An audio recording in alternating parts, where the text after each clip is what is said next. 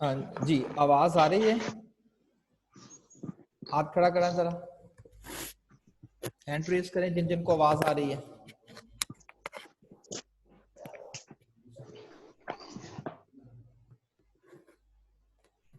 चलें, इसका मतलब है मोस्टली लोगों को आ रही है।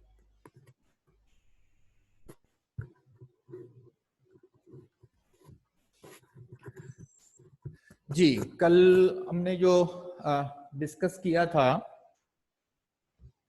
इंडेक्स नंबर्स का, ये जी इंडेक्स नंबर क्या चीज है और क्यों कैलकुलेट करते हैं, उसमें अगर मैं थोड़ा सा इसको जस्ट लाइक एक रिव्यू के तौर पे लूं,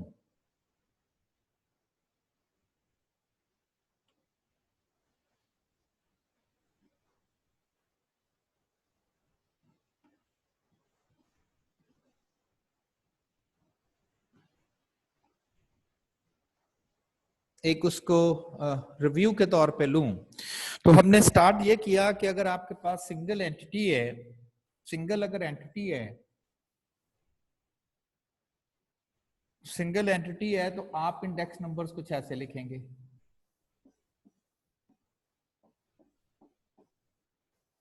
अगर मल्टीपल एंटिटीज हैं तो कुछ ऐसे अनवेटेड, और अगर साथ वेट्स भी है तो कुछ ऐसे। तो ये आपके पास वेटेड इंडेक्स नंबर्स का जो है वो आपके पास इस तरह से आ जाएगा। और उसके बाद फिर हमने ये कहा कि जब हम किसी भी जगह पर ये बात करना चाहेंगे कि जी महंगाई होगी है नहीं होगी, क्या चीजें हैं, तो इसके लिए हम जो इंडेक्स नंबर्स कैलकुलेट करेंगे वो कोई सा भी नहीं हो सकता कि जी आप जिसका मर्जी कोई सा भी इंडेक्स नंबर जो है वो आप लोग कैलकुलेट कर लें, लेकिन शायद ऐसा नहीं है। जी कर लें।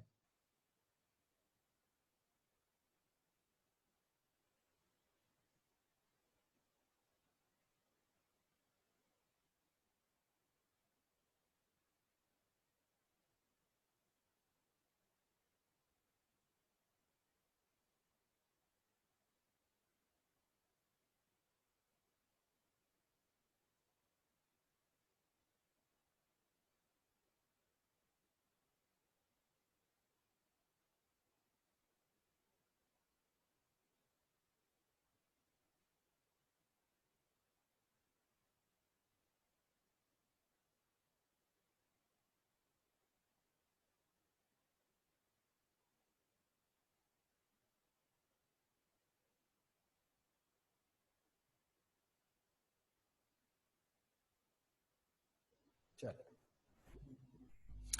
जी, तो लास्ट टाइम हमने डिस्कस किया था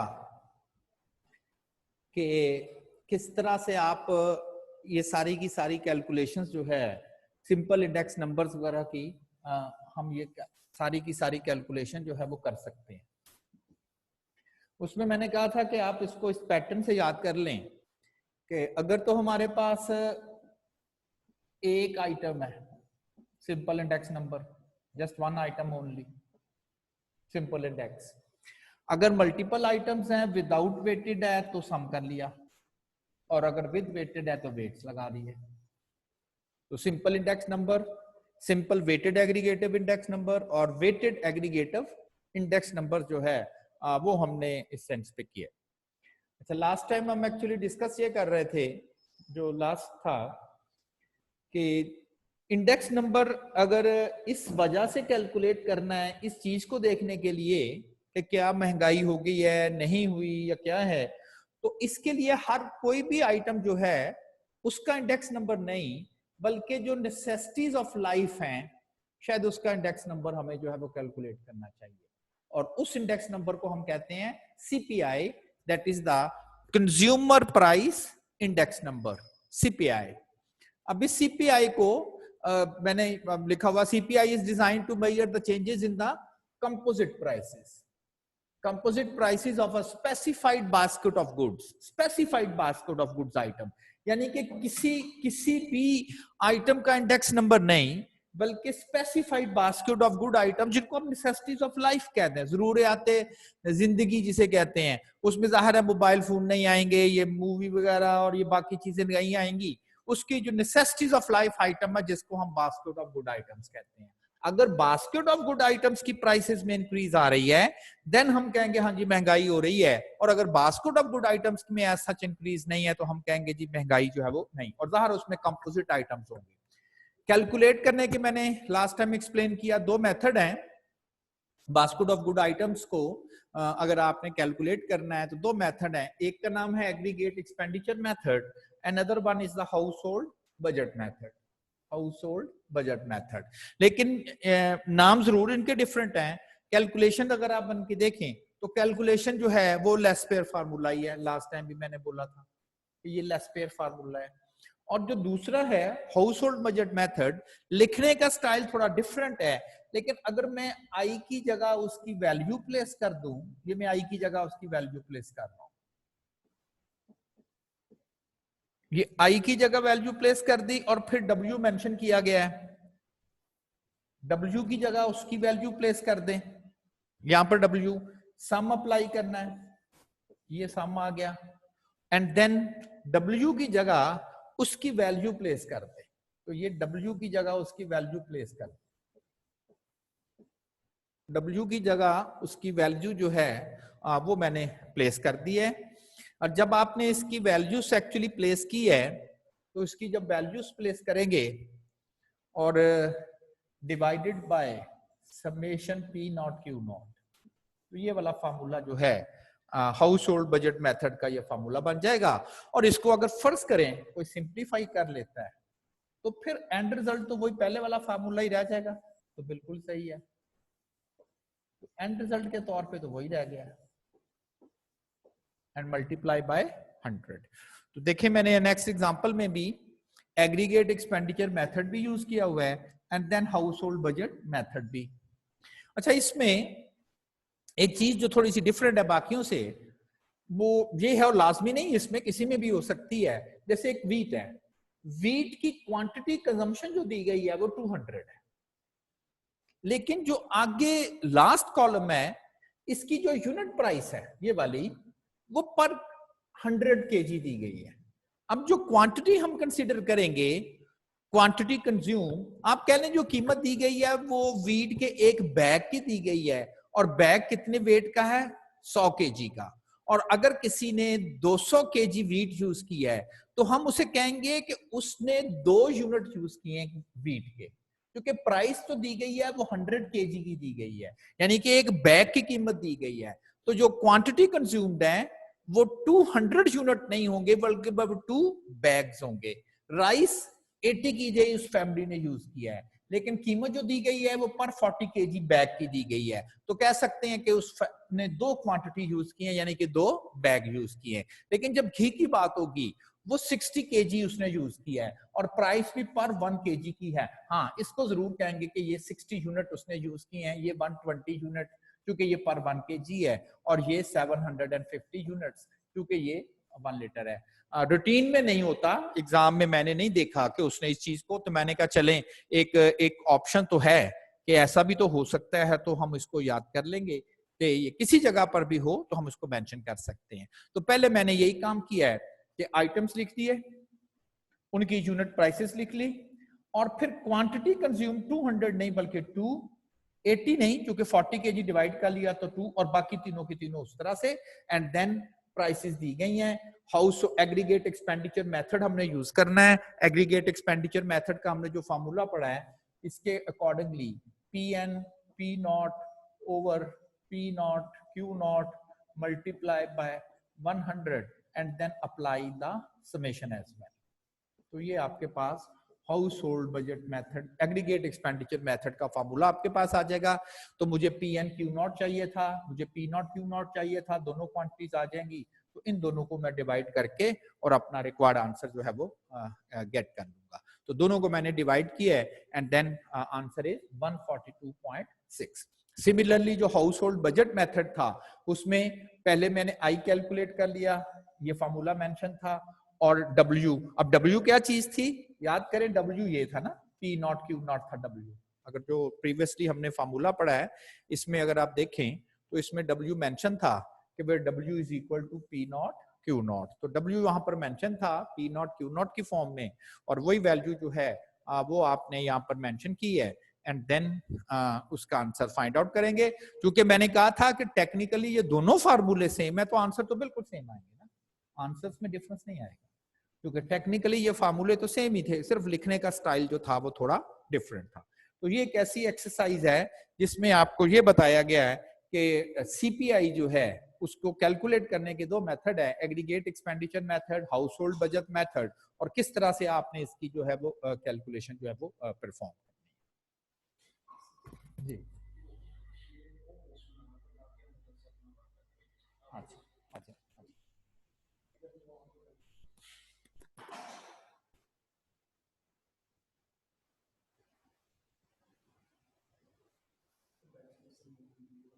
बैकस्पेस। आज आपको थोड़ा सा वेट करना है जी, वो कुछ थोड़ी सी करेक्शन कर रहे हैं।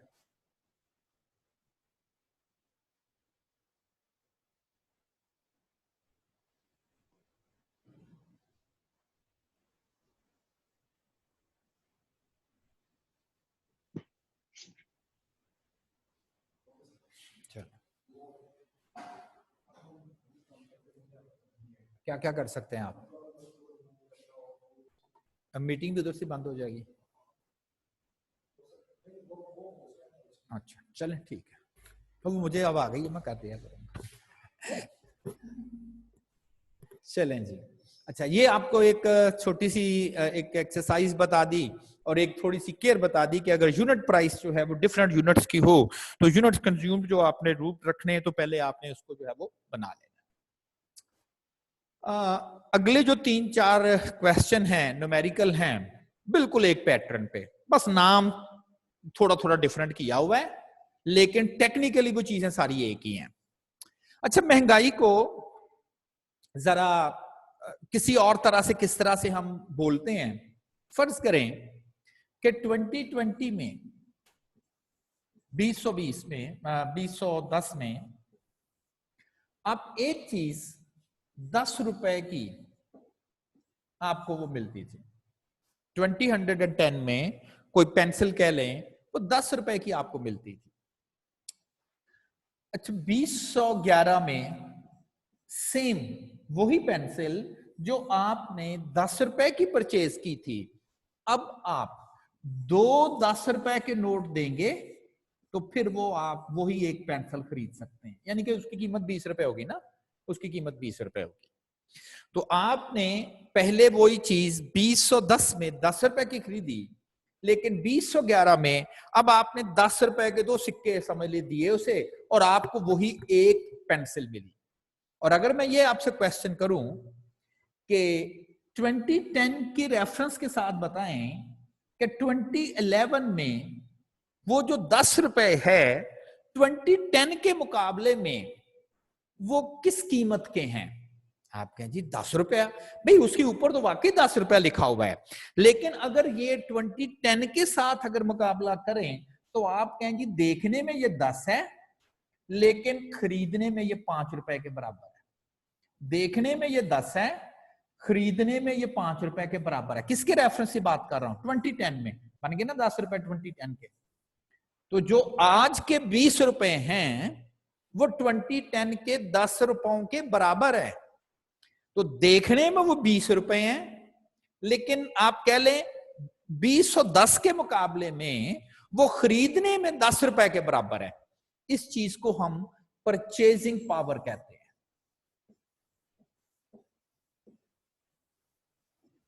परचेजिंग पावर, देखने में 10 रुपए लेकिन अगर उसको 2010 के साथ कंपेयर करें तो खरीदने में उसकी कुव्वते खरीद जिसे कहते हैं वो 5 रुपए है। देखने में तो वो 10 रुपए ही है लेकिन खरीदने में वो 5 रुपए के बराबर है। तो इसको हम परचेजिंग पावर कहते हैं। देखिए, घरों में आपके बुजुर्ग अक्सर आपसे जब कोई डिस्कशन करते हैं तो वो परचेजिंग पावर की ही बात कर रहे होते हैं। कैसे? आप फर्ज करें कोई चीज मार्केट से लेकर आते हैं, दूध लेकर आते हैं, तो वो आपसे आपके दादा अबू या जो भी घर के बुजुर्ग हैं वो आपसे पूछते हो कि आज तुम कितने का दूध लेकर आए हो, तो वो आप कहते हैं जी कि मैं 80 रुपए का किलो दूध मार्केट से लेकर आया। ठीक, तो आपके दादा अबू या वालिद या जो भी हैं वो एक बात करते हैं कि जब मैंने पहली नौकरी की, फर्ज करें बहुत देर पहले की वो बात कर रहे हैं 1960 में, कि जब मैंने पहली नौकरी की तो मैं 2 रुपए का केजी दूध लेकर आता था। और एक वर्ड साथ बोलते हैं कि जी तुहाडे जमाने दे 80 रुपये, साडे जमाने दे 2 रुपये बराबर ही आ। अगर असी अपने जमाने दे नाल उन्होंने करिए तो 2 रुपए के बराबर है। वो एक्चुअली ना, आप कहें जी 2 रुपए के बराबर कैसे हैं, ये तो 80 रुपए लिखे हुए हैं, बिल्कुल सही है, लेकिन वो एक्चुअली क्या बात कर रहे हैं, वो परचेजिंग पावर की बात कर रहे हैं। जो चीज उस वक्त 2 रुपए की आती थी, आज वही एग्जैक्टली चीज 1 किलो दूध 80 रुपए का आप खरीद रहे हो, तो आप क्या कहेंगे नहीं कि देखने में तो 80 रुपए है, लेकिन 1960 के मुकाबले में अगर खरीदने की बात करें तो ये 2 रुपए की इसकी कीमत खरीद है। तो इसी को ही हम परचेजिंग पावर जो है वो हम कहते हैं। अब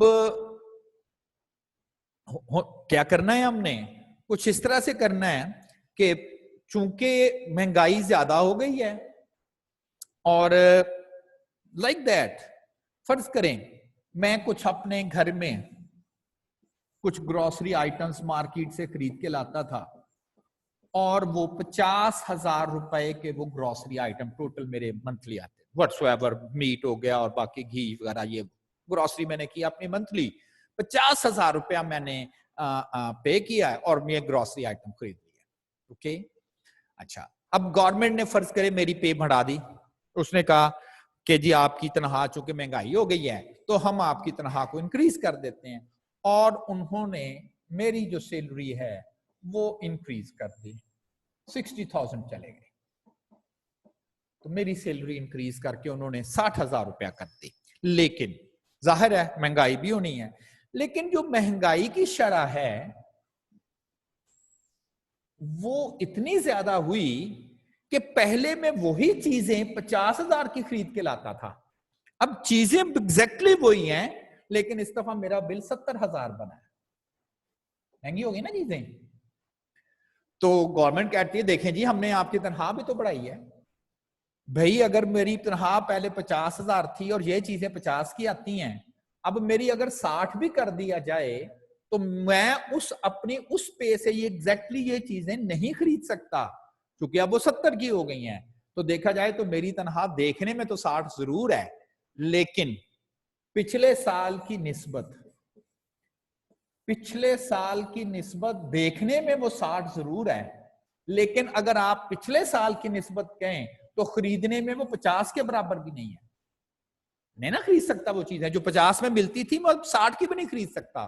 तो मैं कहूंगा मेरी पे बढ़ी नहीं है, कम हो गई है, टेक्निकली मेरी पे कम हुई है, इसलिए कि 2 रेसें लगी हुई थी, एक साइड पे मेरी पे ने बढ़ना था, एक साइड पे महंगाई ने बढ़ना था, महंगाई की दौड़ मुझसे मेरी पे की इंक्रीज से ज्यादा थी, तो मेरी पे की जो इंक्रीज से ज्यादा थी तो मेरी पे तो पीछे रह गई।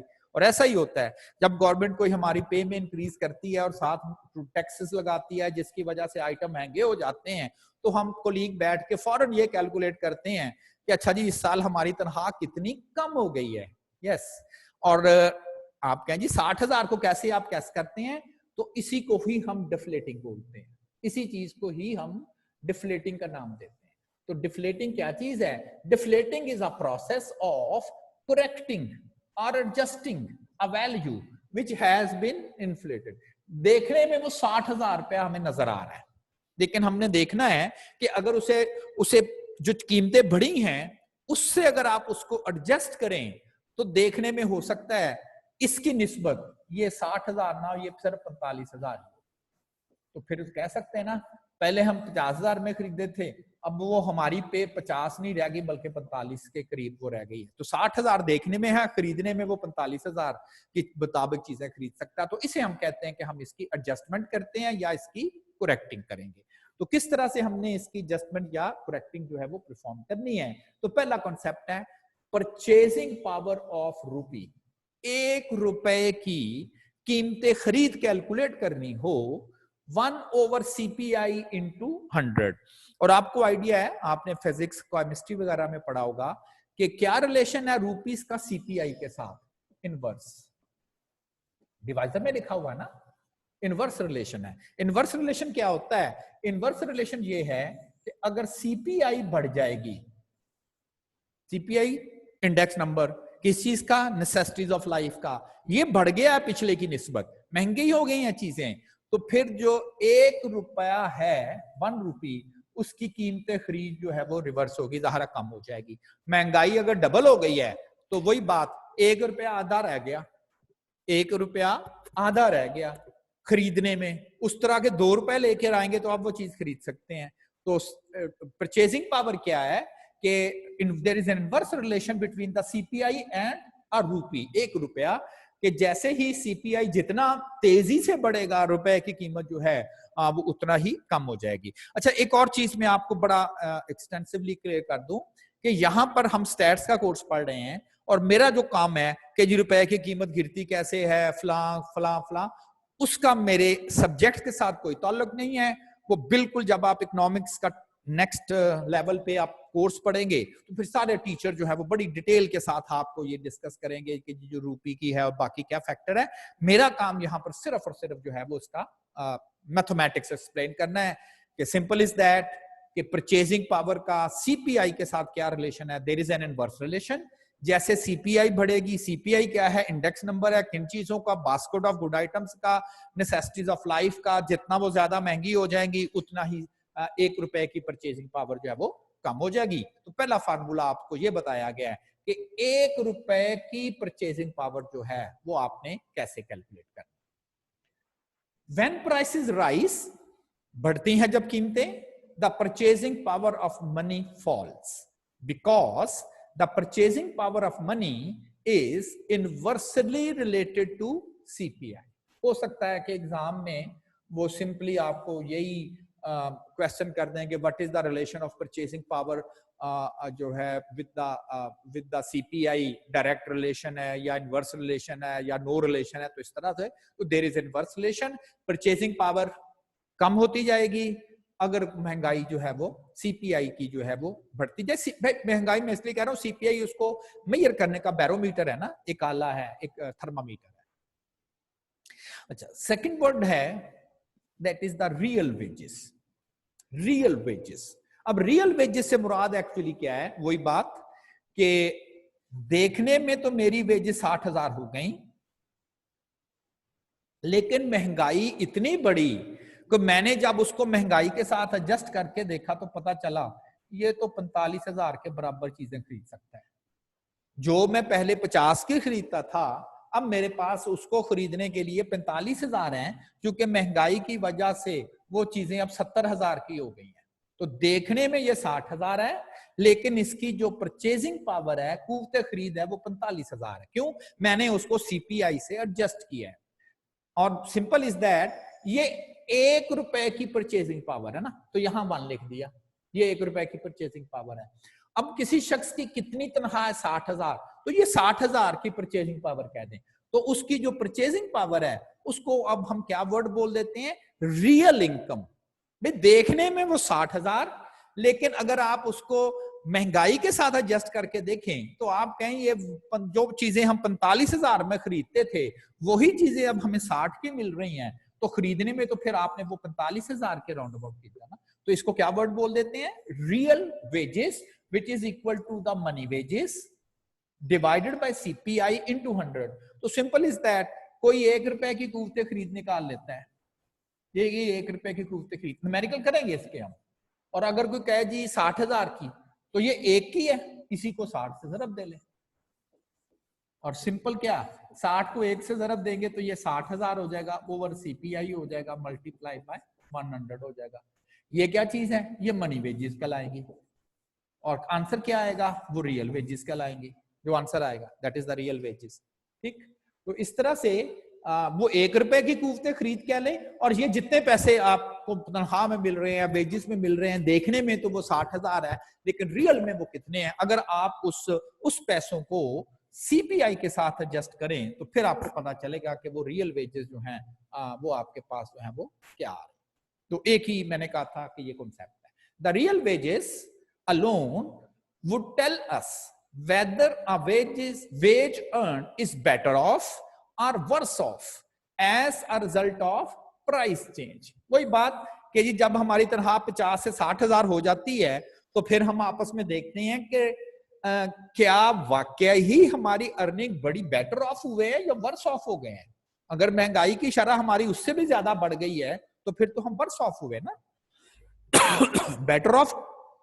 हाँ, ये हो सकता है कि हमारी तनख्वाह बड़ी ज्यादा, महंगाई की शरह कम रही, तो फिर हम कह सकते हैं कि वाकई के रियल सेंस में हमारी वेजेस वाकई हम बेटर ऑफ हो गए हैं। लेकिन वो चीज जो पहले 50 की लेते थे अब 70 की मिलनी है, तो मेरी तनख्वाह 50 से 60 पर भी चले जाए तो मैं तो कहूंगा मेरी तनख्वाह 10,000 रुपया पहले की निस्बत बड़ी नहीं कम हुई है। तो रियल वेजेस आपको एक्चुअली ये चीजें जो है वो बताती हैं। और ये वही इंफॉर्मेशन है कि जब गवर्नमेंट कोई बजट वगैरह अनाउंस करती है उसमें कह देती है जी हमने आपको ये छूट दी, ये किया, आपका ये किया, लेकिन एक जगह वो ऐसा टैक्स लगाती है कि वो सब चीजों पर भारी हो जाता है और वो बाद में पता चलता है कि बात तो वही रही, वो फला भी गवर्नमेंट ने कर दिया, लेकिन एग्जैक्टली जो बात है वो तो वहीं पर रही। इसी तरह मैंने आपको बोला ना, ये सेम सेम वर्ड है, डिफ्लेटेड इनकम भी सही कहते हैं। डिफ्लेटेड इनकम कि जी मेरी अगर इनकम 60,000 है, सीपीआई अगर ज्यादा है तो आप जरा उसको एडजस्ट करके, है ना, deflating is the process of adjusting, तो एडजस्ट करके बताएं कि वो कितना है। इनकम जितनी आप अर्निंग कर रहे हो उस वक्त सीपीआई क्या चल रहा था उसके अकॉर्डिंगली एडजस्ट करेंगे और जो वैल्यू आएगी उसे क्या बोलेंगे, उसे हम कहेंगे डिफ्लेटेड इनकम। तो ये भी वही हो रहा था। रियल वेजेस क्या है, अगर आप वेजेस को सीपीआई से एडजस्ट कर दें, चूंकि एग्जाम में ये डिफरेंट वर्ड आए हुए हैं इसलिए वो मैंने वर्ड अलग अलग यूज किए हुए हैं। अदरवाइज ये 1 रुपए की परचेजिंग पावर कह दें, इसे 60-70 हजार जितने भी पैसे हैं उसकी परचेजिंग पावर कह दें, और ये भी वही चीज है, वहां वेजेस का वर्ड लिखा हुआ, यहाँ इनकम, वहां रियल का वर्ड लिखा हुआ, यहाँ डिफ्लेटेड। चूंकि डिफ्लेटेड का क्या मतलब है, income adjusted to the CPI, deflated income. और इसी तरह से रियल पर कैपिटा इनकम, ये भी वही वर्ड है, पर कैपिटा पर पर्सन को कहते हैं, पर पर्सन इनकम इन पाकिस्तान। ये बिल्कुल लोग मैं और अगेन इकोनॉमिक्स में आपको टीचर बताएंगे कि जी वो कैसे, कि जी पाकिस्तान की इनकम कैसे कैलकुलेट करते हैं, वो आपको जीडीपी वगैरह, ग्रॉस नेशनल प्रोडक्ट और डोमेस्टिक ग्रॉस प्रोडक्ट वगैरह का आपको आइडिया देंगे। तो यहाँ वर्ड सिर्फ एक्सप्लेन करना था कि रियल का मतलब तो वही एक्चुअल क्या है, पर इनकम की बजाय मैंने पर पर्सन इनकम कह दें, बिल्कुल पर कैपिटा इनकम मीन पर पर्सन इनकम। लाइक अगर आपके घर जो है, आपके फादर है फर्ज करें, या आपकी जो फैमिली है वो 1 लाख रुपया जो है वो टोटल उनकी इनकम है, और आप घर में फर्ज करें 10 फैमिली मेंबर्स हैं, तो 10 फैमिली मेंबर हैं, तो कहा जाएगा जी इस फैमिली की पर पर्सन इनकम जो है वो 10,000 बनती है। समझा ये जाएगा कि हर हर हर जो बंदा है इस घर में अगर वो कमाई कर रहा है तो वो 10,000 रुपया कमाई कर रहा है, ठीक है ना। तो पर कैपिटा इनकम, रियल पर capita income is the per capita income, एक शख्स कितने पैसे कमा रहा है divided by the CPI multiply by 100। तो ये 4 एक्चुअली वर्ड चूज मैंने किए हैं, लेकिन सिमिलरली सबके मीनिंग जो है वो एक ही है। Real income is the income after taking into consideration the effect of inflation on purchasing power. For example, if you receive a 2% salary increase, हमारी सैलरी में गवर्नमेंट ने 2% इंक्रीज कर दी over the previous year, and inflation for the year is 1%, then your real income increase is 1%. 2% बढ़ी, 1% महंगाई भी बढ़ी, तो फिर आपकी जो रियल इंक्रीज आई है वो 1% रह जाती है, 2% नहीं। तो गवर्नमेंट तो कहती है जी हमने तो देखें आपकी 2% सैलरी बढ़ाई, तो हम कहते हैं जी आपने महंगाई नहीं की साथ 1% ज्यादा, तो देखने में तो वो 2% है, लेकिन जो रियल उसकी बनती है इंक्रीज वो 1%। तो आई थिंक सो कि अब आपको इस चीज का, अब हम न्यूमेरिकल इसके ऊपर 1-2 परफॉर्म करते हैं, क्योंकि ये वर्ड्स आपके पेपर्स में आए हुए हैं। परचेजिंग पावर का मतलब 1 रुपए की असल कीमत मालूम करें, उसकी कीमत खरीद मालूम करें। रियल वेजेस का मतलब है देखने में तो वेजेस कुछ और हैं, सीपीआई के साथ एडजस्ट करके बताएं कि वो खरीदने में वो कितनी है। डिफ्लेटेड इनकम भी वही वर्ड है कि इनकम 60,000 है, डिफ्लेट करें एडजस्ट करें तो पता चलता है ये तो 45,000 है। रियल पर कैपिटा इनकम, कमा रहा है कोई शख्स 10,000 रुपया, लेकिन अगर उसको सीपीआई से एडजस्ट किया तो पता चल रहा है वो तो 7,000 रुपए के राउंड अबाउट वो अर्निंग कर रहा है। तो ये एक ही वर्ड है। अब कुछ इसके ऊपर जो है वो 1-2 न्यूमेरिकल हम परफॉर्म करते हैं। The following table gives daily wages and cost of living index number, खुद ही दे दिया index number, cost of living index number, खुद ही इंडेक्स नंबर जो है वो दे दिया है, that is cost of living index number. इसी को सीपीआई बोलेंगे ना, CPI consumer price index number भी बोल देते हैं और इसे cost of living index number भी कॉल करते हैं, बेस्ड ऑन 1968। यानी कि 1968 जो था वो बेस ईयर था और उसको बेस ईयर कंसिडर करते हुए सीपीआई कैलकुलेट कर लिया गया है, आपने नहीं करना, वो खुद ही कैलकुलेट करके दिया हुआ है। आप कहें जी सीपीआई कैलकुलेट किया गया है तो ये तो हो गए चले करंट ईयर, तो फिर कोई बेस ईयर भी होगा, हाँ बता तो दिया है 1968 के मुकाबले में बेस ईयर है, तो फिर 70 में वो सीपीआई 120% हो गया सीपीआई, तो कह सकता हूं कि 1970 में कीमतें 20% इंक्रीज की हैं एज कंपेयर टू 1968। 1971 30% इंक्रीज हो गई, 72 में और इंक्रीज हो गई एंड सो ऑन। तो ये सीपीआई ही कैलकुलेट करके दिया हुआ है, हमने नहीं कैलकुलेट करना, हमें प्रोवाइड किया गया सीपीआई। और वेजेस भी दी गई हैं। 70 में किसी शख्स को डेली वेजेस उसकी जो 75 रुपए कह दें जैसे मजदूर लेता था, 71 में वो 80 रुपए ले रहा है लेकिन महंगाई भी बड़ी है, 72 में 90 रुपए ले रहा है लेकिन महंगाई शायद उसकी स्पीड उससे ज्यादा है, तो कहता है compute the but one real wages. तो हमें पता है कि रियल वेजेस कैसे कैलकुलेट करते हैं। रियल वेजेस कैलकुलेट करने के लिए wages that is the money wages over क्या करते हैं सीपीआई मल्टीप्लाई क्या करते हैं 100। तो 1970 में जो शख्स अगर 75 रुपए कमा रहा है और उसको इस बेस, क्योंकि ये सीपीआई जो कैलकुलेट हो ना 20% जो इंक्रीज की बात हमने की है विद रेफरेंस टू 1968 बात हो रही है ना, तो आप ये कह सकते हो कि 1968 में जो चीज हम 62 रुपए की खरीद सकते थे 62.5 रुपए की, और अब महंगाई 70 में इतनी हो गई है, वही चीज अब हम 75 रुपए में खरीदते हैं। जो 62 में खरीदी जाती थी 68 में जो 62 रुपए थे, वही बात कि आज के जो 75 रुपए हैं देखने में तो वो 75 हैं, लेकिन अगर 1968 के 62 रुपयों के ये बराबर हो गए। अच्छा 71 में चूंकि महंगाई और बढ़ गई है, उसकी पे बिल्कुल गवर्नमेंट ने इंक्रीज की है, कह दिया हमने आपकी पे 75 से 80 कर दी है, लेकिन सीपीआई और बढ़ा है और अब हम कहेंगे जी वो जो 80 रुपए आपने हमें किए हैं चूंकि सीपीआई और ज्यादा हो गया है तो वो 61 रुपए 61.5 रुपए के बराबर रह गए, कम हो गया ना रियल सेंस में, इसलिए कि वेजेस तो बढ़ी लेकिन महंगाई शायद और बढ़ी है। अच्छा फिर गवर्नमेंट कहती है जी अगले साल हमने 90 रुपए कर दिए लेकिन महंगाई भी 50% ज्यादा कर दी, तो वो क्या रह गया वो सिर्फ 60 रुपए के बराबर। कैसे मैं कैलकुलेट कर रहा हूं, वो जो आपको रियल वेजेस का फॉर्मूला दिया गया है that is the money wages divided by the CPI and multiply by 100, उसकी वैल्यू आ जाएगी। और फिर 1973 में जो 100 रुपए थे और महंगाई चूंकि डबल हो गई है तो 100 रुपए आधा रह गया 50 के बराबर, 120 रुपए महंगाई डबल से भी ज्यादा है तो इसकी कीमत जो है वो हाफ से भी कम रहेगी 48 रुपए। तो गवर्नमेंट कहती है ये देखें जी हम आपकी वेजेस बढ़ा रहे हैं, 75 से 80 कर दी, 80 से 90 कर दी, 90 से 100 कर दी, 100 से 120, साथ जाहिर है महंगाई भी बढ़ी है। और जब हमने इन वेजेस को इस महंगाई से एडजस्ट करके देखा है तो जो रियल पिक्चर हमें नजर आई है वो ये आई है। तो क्या हम कमेंट ये नहीं करेंगे कि अपेरेंटली तो वेजेस इंक्रीज कर रही हैं apparently, but in real sense there is decrease in the real wages as compare to 1968। क्योंकि जो भी कैलकुलेशन हम कर रहे हैं उसको रेफरेंस बनाया हुआ है हमने प्राइस इंडेक्स को 1968 को, तो जो भी अब हम कमेंट करेंगे या जो भी हम बात करेंगे विद रेफरेंस टू 1968, 70, 71, 72, 73 और 74 में वेजेस तो बढ़ी हैं लेकिन रियल वेजेस जो है अगर 1968 के साथ अगर कंपैरिजन करके देखें तो वो कम हो गई। और यही मैंने कमेंट किया है, apparently wages are increases but in reality the wages are decreases. तो आपको सिंपल एग्जाम में क्वेश्चन आ सकता है कि find the real wage of this one as compare to this, तो आप इसको one money wages over the CPI into 100 इस फार्मूले से आप कैलकुलेट कर लेंगे।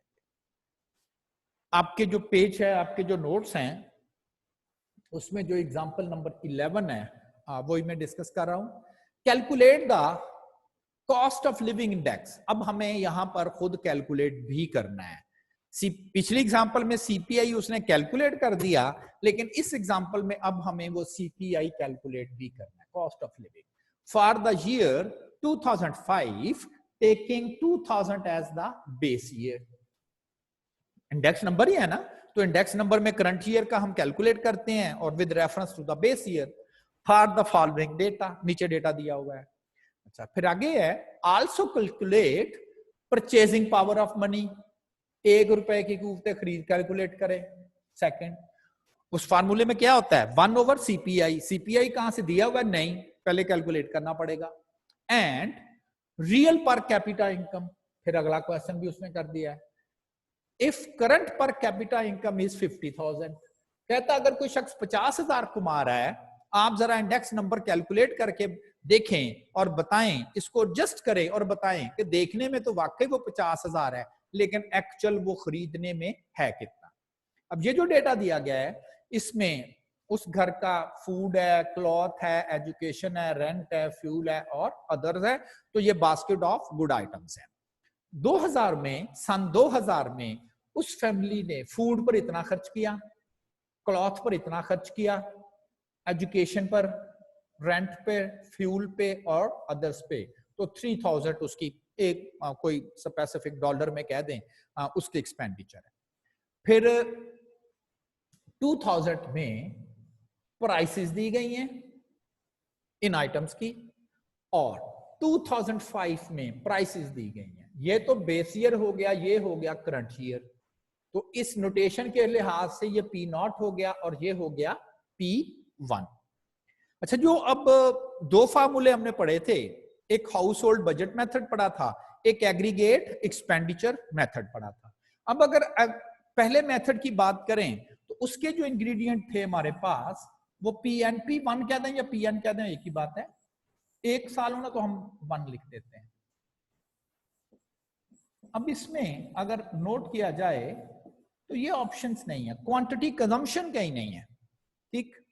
अब उसने जो एक्चुअली आपको दिया हुआ है वो एक्सपेंस दिए हुए हैं। इससे मुराद ये है कि जिस आर्टिकल पे वो ज्यादा एक्सपेंस कर रहे हैं, 900 कर रहे हैं ना, इसका मतलब है कि उस कैलकुलेशन में वो आइटम आपको ज्यादा वेट देना चाहिए उसे, जिस पर ज्यादा खर्च कर रहे हैं वो उस फैमिली के बजट में वो चीज जो है वो ज्यादा है।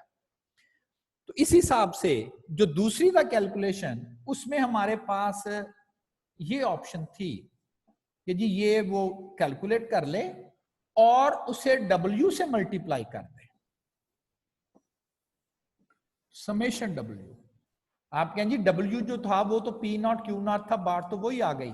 नो, W वेट था, अगर वो मेंशन ना हो तो फिर तो वाकई हम ये लेते हैं, लेकिन यहां पर जो एक्सपेंस है वो वेटेज को तो शो कर रहा है कि जी अगर कोई आइटम जितना ज्यादा वो उनके ऊपर खर्च कर रहे हैं, इसका मतलब है वो आइटम उस फैमिली के लिए या उस डेटा के लिए उतना ही इंपॉर्टेंट है। तो बेसिकली इससे आप आई कैलकुलेट कर लेंगे इन दोनों को डिवाइड करके। ये देखें,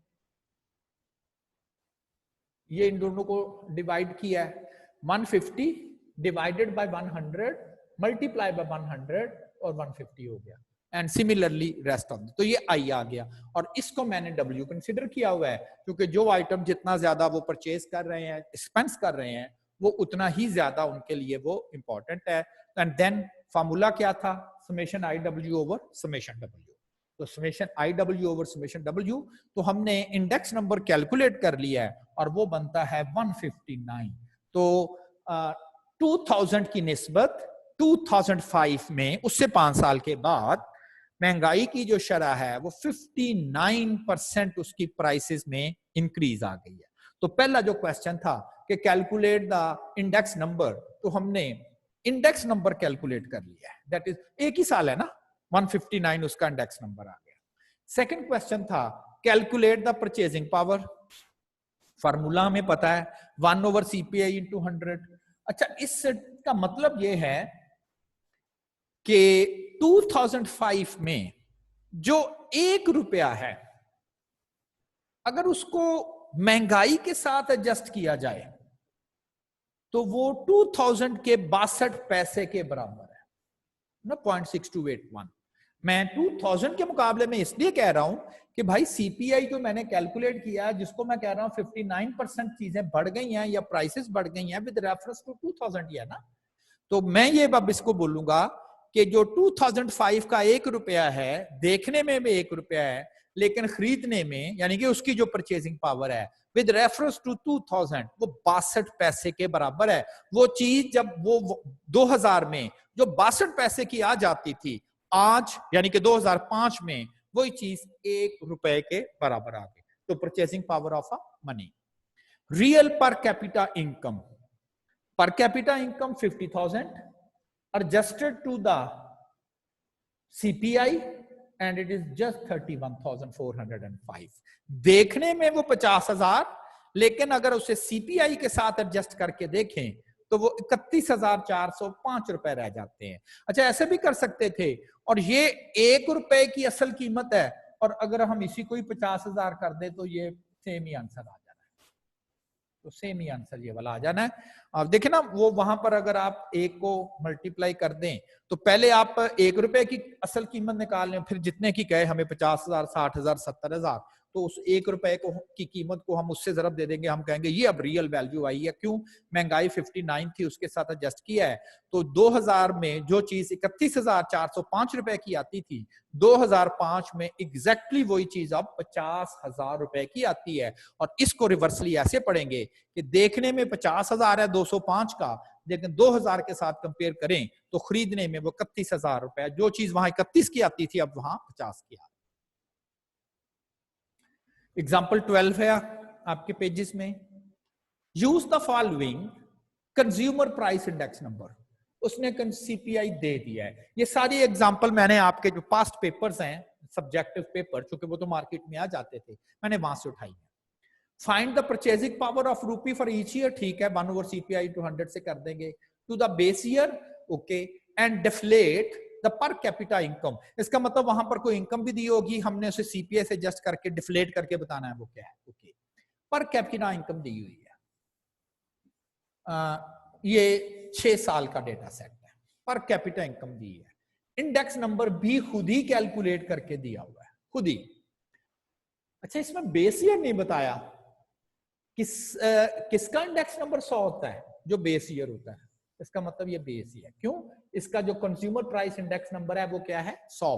तो 1997 के डेटा की बेस पे हमने नहीं कैलकुलेट करना, चूंकि गिवन है, और हमारा क्वेश्चन सिर्फ क्या है? Purchasing power of 1 rupee calculate करें। तो परचेजिंग पावर ऑफ रूपी 1/CPI इंटू 100, 1/CPI इंटू 100, 1। अब इसकी करनी है 1/CPI इंटू 100, 88 पैसे का रह गया है। जो 1997 में 88 पैसे की चीज आती थी, 1998 में वो चीज जब जो है वो 1 रुपए की आ रही है, 1 रुपया जो है वो कम होकर 88 पैसे उसकी कीमतें खरीद रह गई। 99 सीपीआई और बढ़ गया है, 1 रुपया की कीमत और कम होगी, 83 पैसे का रह गया। 2000 रुपया की कीमत और कम हो गई, 78 पैसे का रह गया, और कम हो गई 71 पैसे का रह गया, और कम हो गई 66 पैसे का रह गया। तो 1 रुपया जो था 1997 में, जो 66 पैसे में चीज हम खरीद सकते थे, 2000 में जाके वही चीज हमें 1 रुपए की मिलती है। तो 1 रुपया रियल वैल्यूज उसकी अगर नोट करें तो वो 66 पैसे है। अब उसने कहा जी ओके, ये तो आपने 1 रुपए की कर दी। अब उसने कहा कि जरा इस जो पर कैपिटा इनकम है उसकी रियल पर कैपिटा इनकम, या उसे डिफ्लेटेड इनकम कहते हैं, वो कैलकुलेट करें। तो क्या करना है आपने? सिंपली 67,000 कितने का है? 1 रुपया 88 पैसे का है, तो उसको 67,000 से जरब दे दें तो वो इतने का बन जाएगा। 7,250 अगर ₹1.83 का है तो 7,250 जो है वो ₹6,041 रह गया। 7,850 6,132 के इक्विवेलेंट रह गया। 8600 रुपया जो है वो ये आई थिंक सो यस, इस कैलकुलेशन में कोई मिस्टेक है, क्योंकि ₹1 अगर 71 पैसे का है तो फिर जो 8600 रुपया है वो तो नहीं हो सकता ना ये, तो ये मेरा ख्याल है कि ये ठीक नहीं है। एंड देन 9,000 रुपीज जो है अगर आप उसको कंज्यूमर प्राइस से एडजस्ट करें तो वो ₹1.66 का बनता है, तो जो 9,000 रुपया बनता है वो कितना रह जाता है? 6,000 रुपया। ठीक, तो वही एक एक्सरसाइज थी कि बार बार हम एक ही चीज कर रहे हैं। अच्छा, इसको आप चेक कर लें जरा, मैं भी बहाल चेक करूंगा कि ये तो कम होना चाहिए ना, या तो ये फिगर ज्यादा है, मे बी ये 96 ना कहीं हो, मुझे इसका आइडिया नहीं है, तो ये मैं चेक करके आपको बहाल ये फिगर का आंसर जो है ना वो मैं रिकैलकुलेट कर। अच्छा जी, आपकी एग्जांपल में लास्ट वन है, that is on 30। Net weekly income of an employ was $80। एक वीक में उसे $80 जो एम्प्लॉय की इनकम थी, एंड द सीपीआई वाज 160 इन 1980। ₹80 वो कमा रहा था, लेकिन सीपीआई जो था वो 160 था। इसका मतलब अब ये हुआ कि ₹80 तो फिर उस वक्त भी उसकी रियल इनकम नहीं थी, एडजस्ट करके देखेंगे ना। It rose to 200। किसे कह रहा है इट? प्रोनाउन किसके लिए है? सीपीआई के लिए। It rose to 284। कहता है कि जो बेसिक डेटा है उसके अकॉर्डिंगली 80 में ₹80 कमा रहा था, सीपीआई 160 था। कहता 4 साल के बाद सीपीआई तो जंप करके 160 से 200 पे चले गया और बढ़ गया। और calculate the additional allowance to pay the employee if he has to be rightly compensated. कितने उसे पैसे देने चाहिए, कितने उसके इनकम और बढ़ा देनी चाहिए कि अगर महंगाई 160 से 200 पर गई है तो इसके अकॉर्डिंगली कितनी इसमें इंक्रीज करनी चाहिए कि वो राइटली कंपनसेट हो जाए। मींस कि जिस स्पीड से महंगाई बढ़ी है हम उसी स्पीड से ही उसकी पे भी बढ़ाएं, तो हम कहेंगे राइटली कंपनसेट करें। सबसे पहले तो हम ये नोट करें कि क्या वो 1980 में रियलिटी क्या थी, क्या वो 80 ही कमा रहा था? तो नहीं, अगर ये 100 होता तो फिर तो मैंने कहना था 80 वाकई 80 के बराबर है। तो पहले ये तो कैलकुलेट करें कि वो 1980 में रियली कमा कितना रहा। ₹80 तो थे, लेकिन सीपीआई भी तो 160 था, मल्टीप्लाई बाय 100, ये सिंप्लीफाई अगर आप इसे करें तो ₹50 रहते हैं। तो रियलिटी ये थी कि वो शख्स जो था वो 1980 में रियली वो ₹50 कमा रहा था। उस वक्त सीपीआई था 160। अब 4 साल के बाद 1984 में हमने उसके पैसे इतने बढ़ाने पड़ेंगे हमें कि जो कमाई वो 1980 में कर रहा था असल में 50, तो कम से कम 1984 में जाके रियली जितने भी पैसे हम कर दें, लेकिन असल कीमत उसकी फिर 50 ही जरूर होनी चाहिए। वही बात कि जी मैं वहां पर भी जो चीज 50 की मैं खरीदता था, 4 साल के बाद चूंकि महंगाई बढ़ी है तो मेरे पैसे इतने तो कर दिए जाएं कि मैं अब भी वो ₹50 ही मैं कंसिडर करूं। तो वो जो ₹50 मैंने क्या कैलकुलेट किया है, मैंने रियल वेजेस कैलकुलेट किए हैं। ऐसे ही है ना कि रियलिटी में वो 80 नहीं थे, वो 50 थे, तो मैंने यहां से उसकी रियल वेजेस कैलकुलेट कर ली। और अब मैंने देखना है कि रियल वेज, फिर मैंने दोबारा फार्मूला लगा दिया और ये कहा कि चूंकि वो 80 में रियल वेजेस उसकी 50 थी, मैं चाहूंगा राइटली कंपनसेट करने के लिए कि 84 में भी वो ₹50 ही अर्न करें। कितने पैसे में दूं जिसकी असल कीमत 50 बने? तो इस दफा मैंने वेजेस कैलकुलेट करनी है 1984 की। सिंप्लीफाई कर दें 2 को इससे मल्टीप्लाई कर दें, क्या बन गया 100। अगर मैं 1984 में इस 80 को बढ़ा के 100 रुपीस कर दूं तो देखने में वो यहां पर भी 50 कमा रहा है और यहां पर भी 50 है। 100 है ना, महंगाई 200 हो गई है, महंगाई डबल हो गई है तो कीमत आधी रह गई। तो वो जो अब इसका आंसर क्या है, 100 के 20।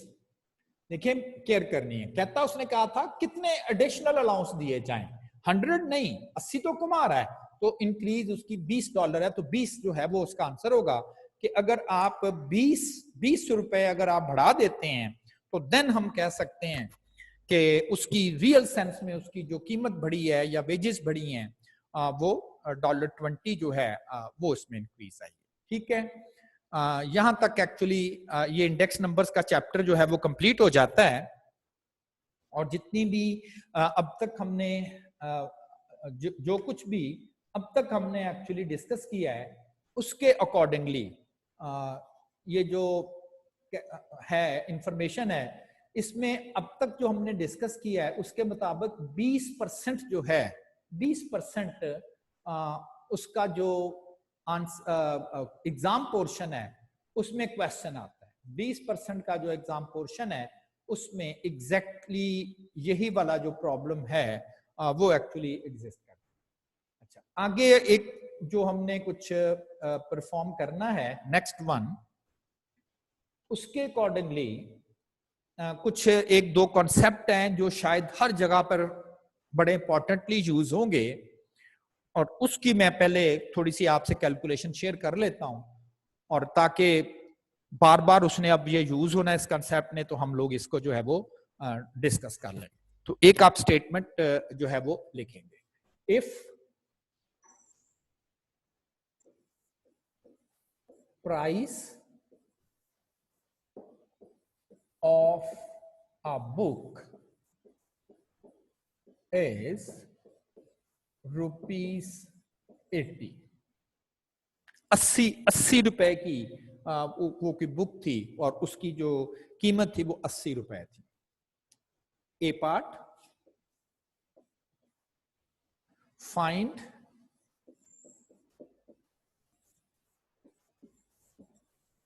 Price of the book if it is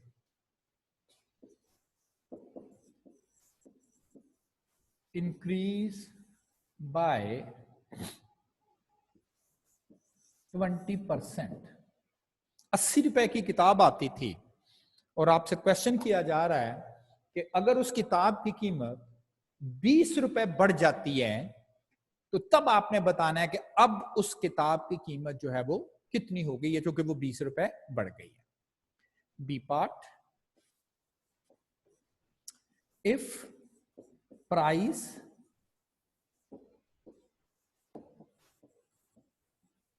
increase by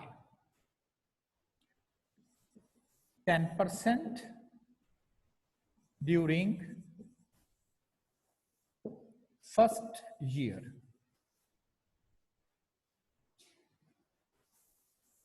and then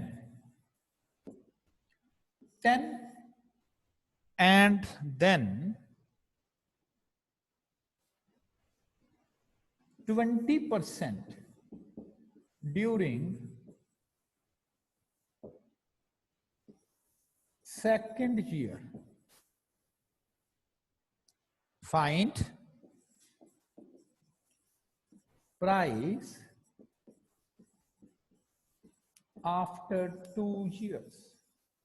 80 रुपए की किताब थी, पहले साल उसकी कीमत 10% बढ़ गई, जो कीमत हो गई, फिर अगले साल उसकी कीमत 20% और बढ़ गई, और आपने बताना यह है कि 2 सालों के बाद उस किताब की कीमत कितनी हो चुकी है, जो कि आज 80 रुपए की वो बुक जो है वो आ रही है।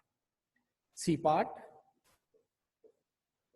Find price after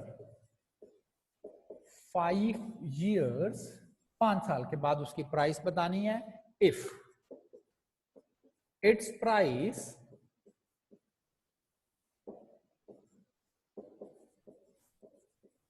increase by 3% per year. अगर उसकी कीमत हर साल 3% बढ़ जाती है तो आपने बताना है कि 5 साल के बाद उस किताब की कीमत कितनी हो चुकी होगी, जो कि आज 80 रुपए की आती है, हर साल उसकी कीमत 3% बढ़ती है, 5 साल के बाद आपने बताना है कि उसकी कीमत कितनी हो चुकी है। D, if price increase by 10% during the first year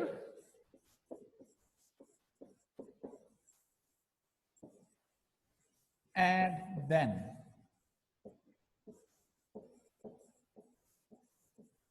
decrease by 10%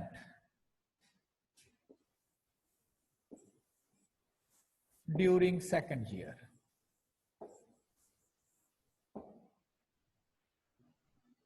Find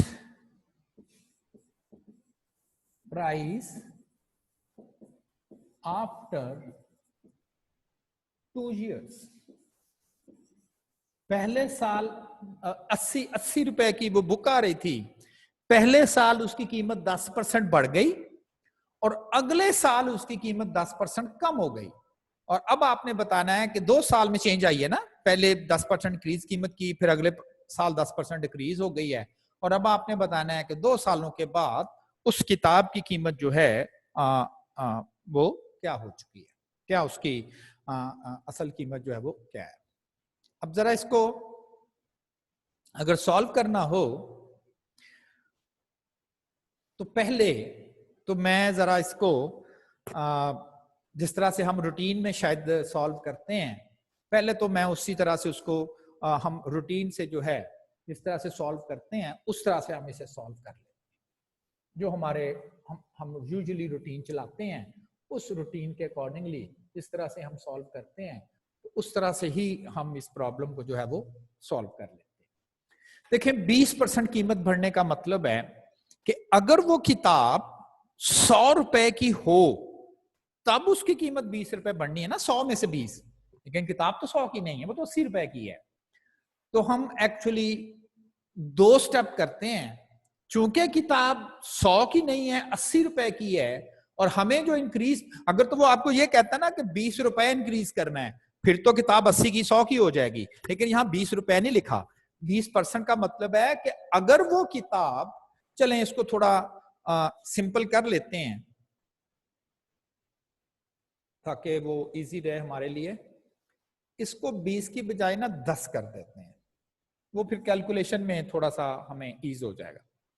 अच्छा जी, अगर वो किताब 80 रुपए की आ रही है और उसकी कीमत 10% बढ़ी है, 10 रुपए नहीं कहना, अगर 100 की बुक थी तो 10 रुपए बढ़ी है ना, तो 100 की तो बुक ही नहीं है, तो पहले तो हमें इंक्रीज कैलकुलेट करनी है। Increase in price, increase in price 10%, किसका 10%? किताब की कीमत का, ऑफ 10% ऑफ 80, 10% ऑफ 80, और ये बन जाएगा अगर आप इसे सॉल्व करेंगे तो 8। 100 रुपए की अगर बुक होती तो 10 रुपए उसकी कीमत बढ़नी थी, लेकिन बुक चूंकि 100 की नहीं 80 की है तो हमने कैलकुलेशन परफॉर्म की है तो वो 8 रुपए बढ़ती है। तो इसका मतलब है कि इस किताब की जो कीमत है वो 8 रुपए जो है वो बढ़ गई। और अब हम लिखेंगे प्राइस आफ्टर इंक्रीज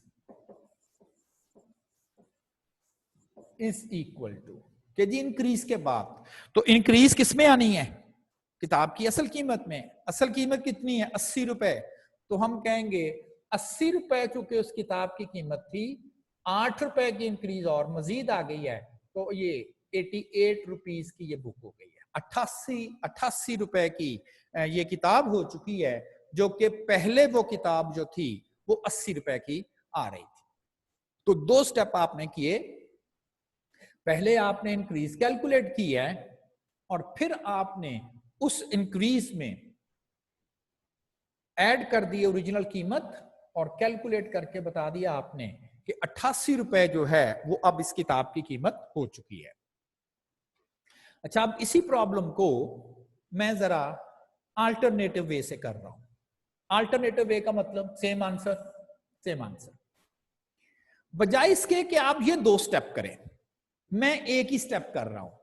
2 स्टेप नहीं कर रहा, एक ही स्टेप कर रहा हूं। और वो स्टेप क्या है? यही डायरेक्ट स्टेप कर रहा हूं, प्राइस आफ्टर इंक्रीज।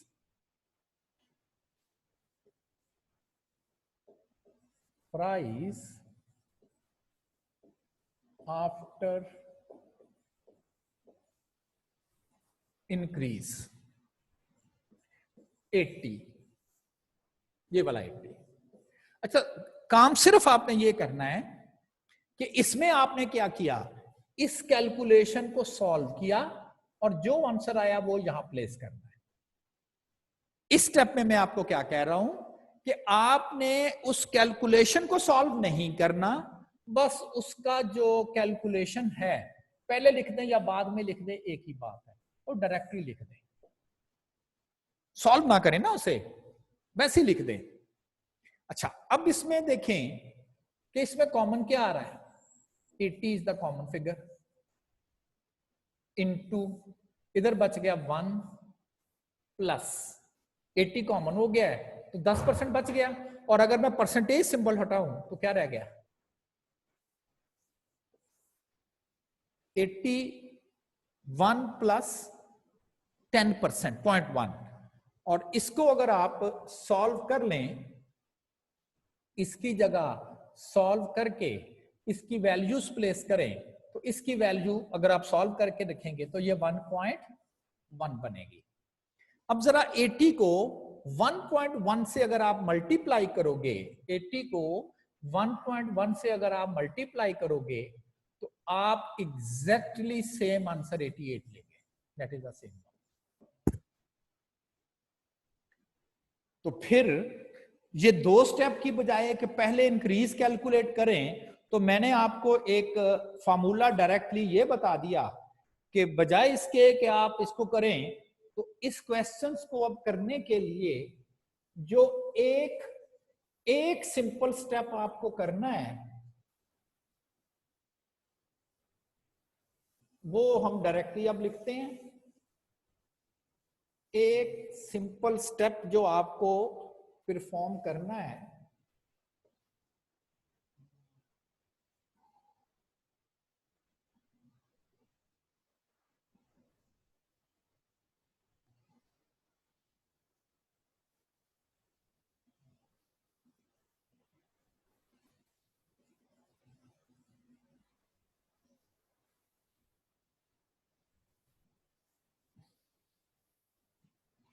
वो फिर ये बन गया,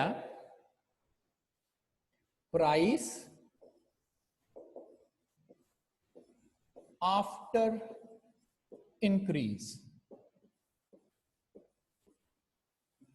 is equal to price after percentage increase. अगर हमें कोई परसेंटेज बताई गई हो और ये कहा गया हो कि इस परसेंटेज के बाद वो कीमत कितनी हो चुकी है, तो price after percentage increase is the original into 1 plus R%। ये फार्मूला है। Price after percentage increase is equal to original, उसकी असल कीमत क्या है, ओरिजिनल इनटू 1 प्लस R%। और यहां पर जो R% है वो आपके पास है rate of increase, rate of increase. वो यहां पर जो R% है वो अब आपके पास आ जाएगा rate of increase. Values put कर दी आपने, कहना जी ओरिजिनल 80 है, 1 प्लस कितने परसेंट इंक्रीज है, 10% इंक्रीज है, 88 is the answer. Straight forwardly, बजाय इसके कि आप इंक्रीज अलहदा से कैलकुलेट करें और फिर यहां पर वैल्यूज प्लेस करें, तो हम डायरेक्टली उसका आंसर जो है वो कैलकुलेट कर सकते हैं। अब जरा आते हैं सेकंड क्वेश्चन की जानिब पर।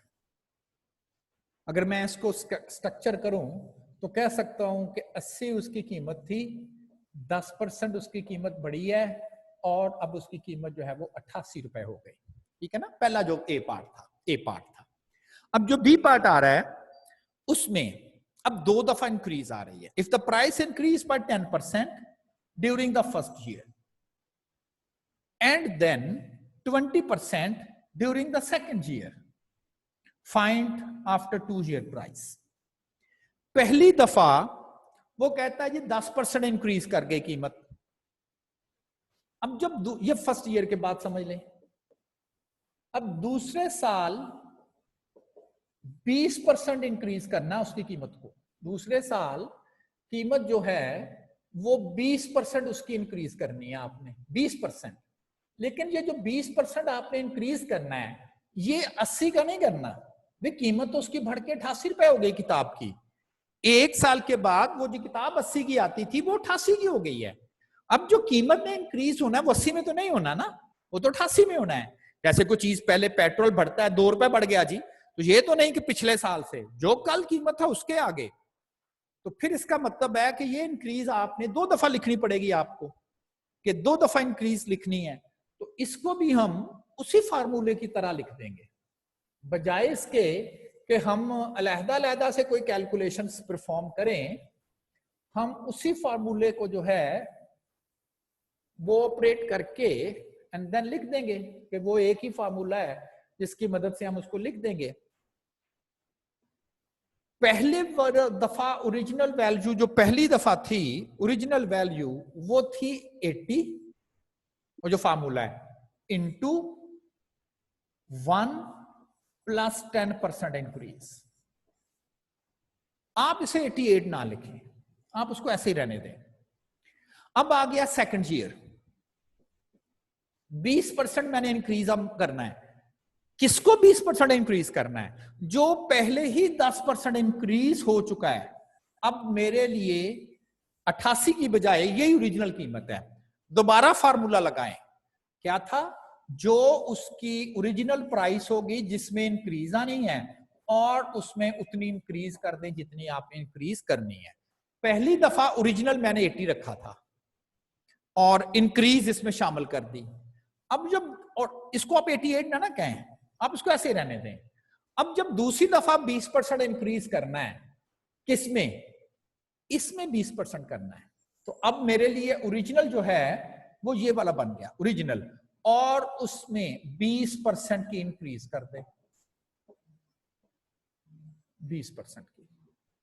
तो फिर फार्मूला बड़ा सिंपल सा नहीं बन गया कि आप कहें जी ओके जी हमें इंक्रीज के बाद बताना 80 से शुरू हुआ है, पहली कितनी है जी 10%, फिर इंक्रीज है जी, फिर इंक्रीज है कितना 20%, ये लें और आंसर बता दें।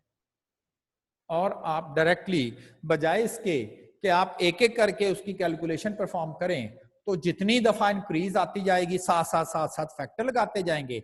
और उसको मैं एक्सप्लेनेशन इस तरह से कर रहा हूं कि आप पहली दफा तो इंक्रीज ये ओरिजिनल आएगी, इसमें ये इंक्रीज आएगी, दूसरी दफा ये ओरिजिनल आएगी जितनी इंक्रीज, और इस तरह से अगर आप 3, 4, 5 दफा भी करना चाहेंगे तो हम कर सकते हैं।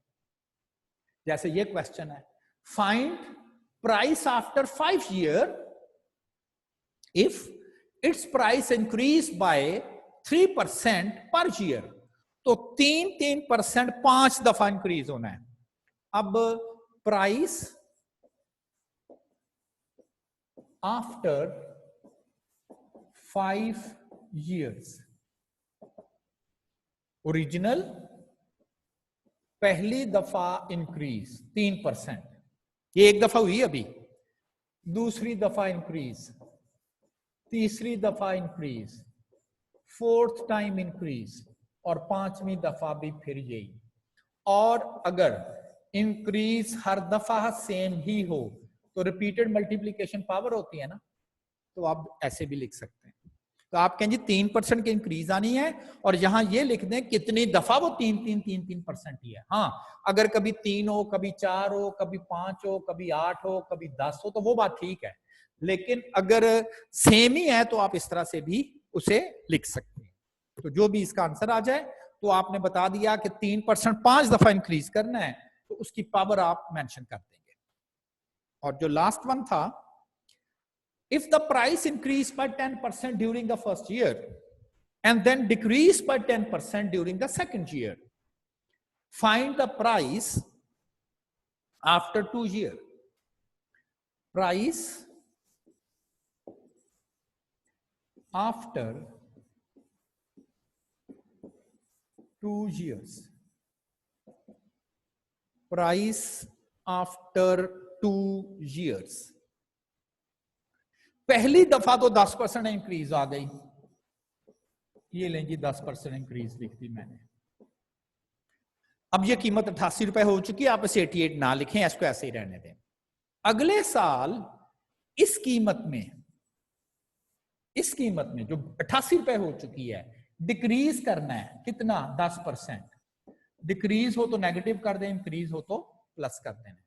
तो फिर इसके अकॉर्डिंगली 80, 1.1 एंड 0.90, 1 माइनस 10, तो ये कुछ 79.2 रुपीज उसकी कीमत बन जाएगी।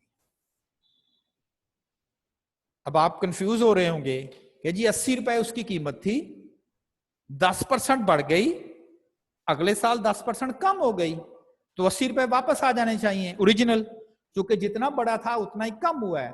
कंफ्यूजन कहां पर है, देखें, उसकी कीमत थी 80, 10% बढ़ा, 8 रुपए बढ़ा ना, और कीमत होगी 88। अब अगले साल उसकी कीमत 10% कम होनी है, 10% कम होनी है कीमत, लेकिन किसका 10%, 88 का, 80 का नहीं, 88 का जो 10% बनता है वो 8.8 बनता है।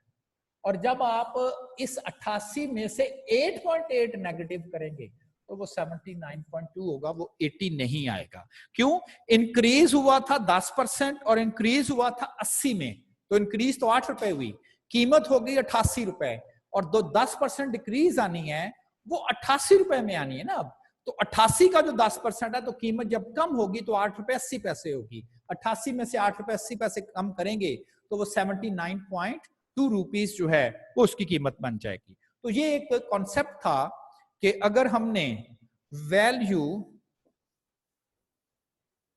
आफ्टर परसेंटेज चेंज में मैंने दोनों वर्ड लिख दिए, इंक्रीज भी हो सकता है और डिक्रीज भी, कि किसी भी चीज की प्राइस कह दें, और ये अक्सर होगा ना, हम आपके जो अगले सेमेस्टर के कोर्सेज हैं उसमें तो शायद ये रूटीन वर्क चले कि जी एक फलां था, ऑफिस की सैलरी इतने बढ़ गई है, टैक्स इतने % बढ़ गया, ये हो गया, वो हो गया, तो straight forwardly value after percentage change is equal to original value, original price कह दें, ओरिजिनल वैल्यू कह दें 1 एंड प्लस माइनस R%। अगर इंक्रीज होगी तो प्लस कर दीजिएगा उस रेट को, और अगर वो डिक्रीज होगी तो वो रेट क्या हो जाएगा, वो रेट जो होगा वो नेगेटिव हो जाएगा। तो इंक्रीज या डिक्रीज की वैल्यूज जो है वो आप इस फार्मूले से कैलकुलेट कर सकते हैं। तो समझ लें कि मैंने वो पिछले 10 मिनट में आपको ये चीज समझाने की कोशिश की है कि अगर हम किसी वैल्यू को परसेंटेज इंक्रीज के बाद देखना चाहते हैं कि अब वो कितनी, देखिए मैं सिर्फ अगर मैं आपको कहूं कि 10% वैल्यू बढ़ गई है तो कितनी बढ़ी है, तो आप कहेंगे 10% of 80 and the answer is 8। मैंने सिर्फ आपसे पूछा था कि 10% अगर कीमत बढ़े तो कितनी कीमत बढ़ी है, 8 रुपए, लेकिन यहां क्वेश्चन है वो 10% बढ़ने के बाद वो कीमत हो कितनी गई है, वो 88 हुई है। ठीक है ना, दो चीजें हैं, इंक्रीज कितने % इंक्रीज की है, 10% तो कितना बनता है जी, 8 बनता है, 8 इंक्रीज की है। क्वेश्चन में आपने देखा करना है, सुना, मतलब आपने इस चीज की केयर करनी है कि क्या उसने सिर्फ हमें इंक्रीज पर पूछा हुआ कितनी हुई है, या ये पूछा हुआ है कि इस इंक्रीज करने के बाद वो वैल्यू अब हो कितनी गई है, यानी कि उसको ओरिजिनल में ऐड भी करना कंसर्न होगा। तो वैल्यू जो इंक्रीज के बाद हुई है वो 88 हुई है। अगर सिर्फ वो इंक्रीज की बात करता है तो हम कह सकते हैं वो 8 उसकी कीमत जो है वो इंक्रीज हुई है। ठीक है जी, आज का लेक्चर अब यहीं तक। और अगर आपने किसी ने कुछ टुडेज लेक्चर्स के रिकॉर्डिंगली अगर कोई क्वेश्चन करना है तो वो कर सकता है। अगर आपको कोई क्वेरी, कोई क्वेश्चन, कंसर्न है तो वो कर सकता है।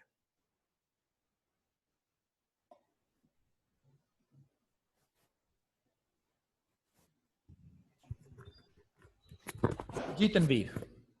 Yes sir.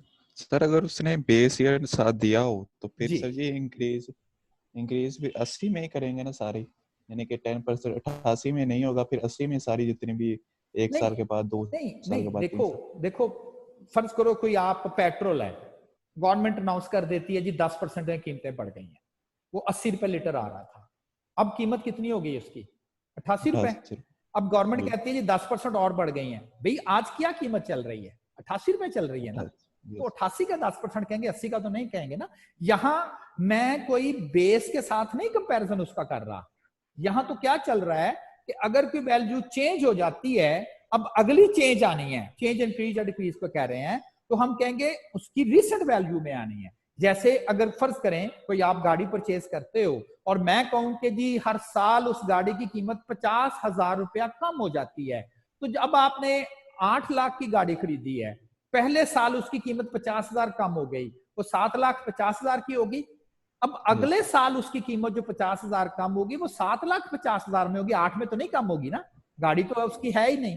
तो हर जो चेंज आती है, वो जो चेंज हो चुकी है वैल्यू, उसके बाद आपने करना है, क्योंकि इसमें मैं कोई बेस ईयर के साथ कंपैरिजन करके नहीं आपको बता रहा कि 80 के साथ कंपैरिजन करें। मैं तो हर दफा एक चेंज करता हूं, फिर कहता हूं अगली चेंज, अगली चेंज, अगली चेंज।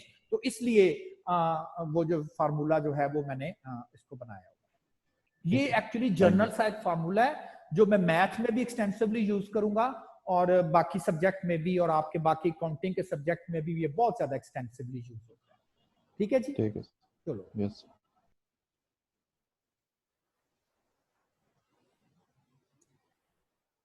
और किसी का कोई क्वेश्चन हो तो?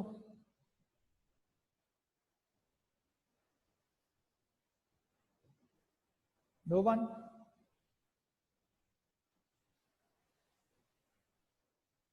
चलें जी।